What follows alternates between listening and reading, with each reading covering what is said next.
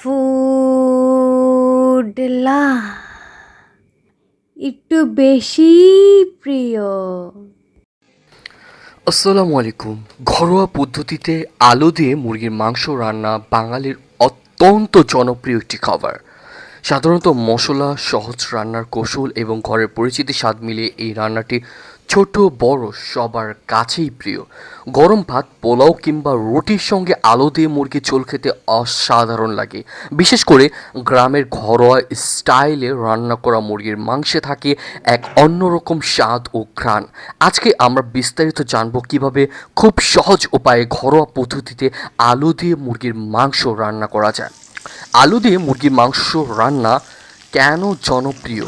বাংলাদেশের প্রায় প্রতিটি পরিবারের মুরগির মাংস রান্না করা হয়, কিন্তু আলু যোগ করলে এই রান্নার স্বাদ আরও বেড়ে যায়।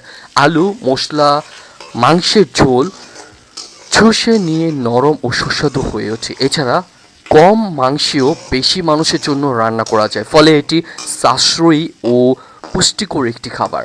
ঘরোয়া রান্নায় অতিরিক্ত তেল মশলা ব্যবহার করা হয় না, তাই এই রান্না স্বাস্থ্যকরও হয়। মুরগির মাংসে প্রোটিন থাকে এবং আলু শরীরে শক্তি যোগায়, ফলে এটি একটি পরিপূর্ণ খাবার হিসেবে বিবেচিত। প্রয়োজনীয় সব উপকরণ: ঘরোয়া পদ্ধতিতে আলু দিয়ে মুরগির মাংস রান্নার জন্য প্রয়োজনীয় কিছু উপকরণগুলো হলো: মুরগির মাংস নিতে হবে 1 কেজি, আলু নিতে হবে 4 থেকে 5টি অর্থাৎ মাঝারি সাইজের, পেঁয়াজ কুচি নিতে হবে 2 কাপ, আদা বাটা নিতে হবে 1 টেবিল চামচ, রসুন বাটা নিতে হবে 1 টেবিল চামচ, হলুদ গুঁড়া নিতে হবে 1 টেবিল চামচ। এবার মরিচ গুঁড়া নিতে হবে 1 থেকে 2 চা চামচ, ধনে গুঁড়া নিতে হবে 1 চা চামচ, জিরা গুঁড়া 1 চামচ, আবারও বলছি জিরা গুঁড়া নিতে হবে 1 চা চামচ, গরম মশলা গুঁড়া নিতে হবে আধা 1 চা চামচ, দারুচিনি নিতে হবে 2 টুকরো, এলাচ 2টি, তেজপাতা 2টি, কাঁচামরিচ 4 থেকে 5টি। কাঁচামরিচ ফালি করে দিলে খুব সুন্দর হয়। টমেটো 1টি কুচি করা, তেল আধা 1 কাপ, লবণ স্বাদ মতো, পানি পরিমাণ মতো, ধনে পাতা কুচি সামান্য। মাংস প্রস্তুত করার নিয়মটি হচ্ছে: প্রথমে মুরগির মাংস ভালোভাবে ধুয়ে পরিষ্কার করে নিতে হবে।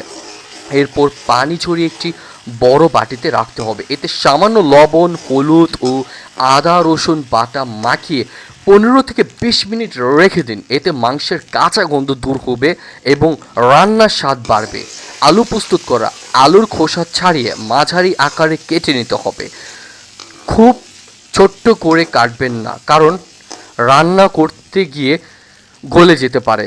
আলু ধুয়ে পানি ঝরিয়ে রাখতে হবে। চাইলে সামান্য হলুদ ও মরিচ মাখিয়ে হালকা ভেজে নিতে পারেন, এতে আলু ভেঙে যাবে না এবং দেখতে সুন্দর লাগবে। রান্নার ধাপ: পেঁয়াজ ভাজা অর্থাৎ চুলায় একটি হাঁড়ি বসিয়ে তেল গরম করুন। তেল গরম হলে তেজপাতা, দারচিনি ও এলাচ দিয়ে দিন। এরপর পেঁয়াজ কুচি দিয়ে মাঝারি আঁচে ভাজতে থাকুন। পেঁয়াজ হালকা বাদামি রং হলে আদা ও রসুন বাটা দিয়ে নাড়ুন। এই সময় রান্নাঘরে খুব সুন্দর ঘ্রাণ ছড়িয়ে পড়বে। আদা রসুন ভালোভাবে কষানো খুব গুরুত্বপূর্ণ, এতে মাংসের স্বাদ বেড়ে যায়। এখন হলুদ, মরিচ, ধনে ও জিরা গুঁড়া সামান্য পানি দিয়ে মিশিয়ে হাঁড়িতে দিয়ে দিন। মশলাগুলো ধীরে ধীরে কষাতে হবে। কষানোর সময় টমেটো কুচি যোগ করুন, এতে ঝোলের রং ও স্বাদ আরও সুন্দর হবে। মশলা থেকে তেল আলাদা হয়ে আসলে বুঝবেন মশলা ভালোভাবে কষানো হয়েছে। মুরগির মাংস যোগ করা: এখন ম্যারিনেট করা মুরগির মাংস হাঁড়িতে দিয়ে দিন। ভালোভাবে নেড়ে মশলার সঙ্গে মিশিয়ে নিন। মাঝারি আঁচে 10 থেকে 15 মিনিট কষাতে হবে। মাংস কষানোর সময় ঢেকে রাখতে পারেন, এতে মাংস থেকে পানি বের হবে এবং সেই পানিতেই মাংস সেদ্ধ হয়ে শুরু করবে। মাঝে মাঝে নেড়ে নিতে হবে যেন নিচে লেগে না যায়। মাংস অর্ধেক সেদ্ধ হয়ে এলে আলু দিয়ে দিন। আলু মশলার সঙ্গে ভালোভাবে মিশিয়ে আরও কয়েক মিনিট কষান। এক ধাপে কাঁচামরিচ যোগ করুন। আলু ও মাংস একসাথে কষালে আলুতে মশলার স্বাদ ঢুকে যায় এবং ঝোল অনেক মজাদার হয়। এখন পরিমাণ মতো গরম পানি দিন। আপনি ঝোল বেশি চাইলে বেশি পানি দিতে পারেন। এরপর হাঁড়ি ঢেকে মাঝারি আঁচে রান্না করুন প্রায় 20 থেকে 25 মিনিট রান্না করলে আলু ও মাংস নরম হয়ে যাবে। মাঝে মাঝে ঢাকনা খুলে নেড়ে দিতে থাকুন। মাংস ও আলু পুরোপুরি সেদ্ধ হয়ে গেলে গরম মশলাগুলো ছিটিয়ে দিন। এরপর ধনেপাতা কুচি ছড়িয়ে চুলা বন্ধ করে দিন। 5 মিনিট ঢেকে রাখুন, এতে মশলার ঘ্রাণ সুন্দরভাবে মাংসে মিশে যাবে। রান্নার সময় গুরুত্বপূর্ণ কিছু জিনিস বা কিছু টিপস আপনাদের জানা অবশ্যই দরকার। দেশি মুরগি হলে স্বাদ বেশি ভালো হয়। দেশি মুরগি মাংসে আলাদা ঘ্রাণ ও স্বাদ থাকে, তবে ব্রয়লার মুরগি দিয়েও রান্না করা যায়। পেঁয়াজ বেশি দিলে ঝোল মজাদার হয়।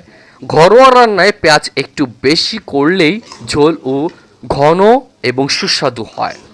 গরম পানি ব্যবহার করুন। ঠান্ডা পানির বদলে গরম পানি দিলে রান্না দ্রুত হয় এবং স্বাদও ভালো থাকে।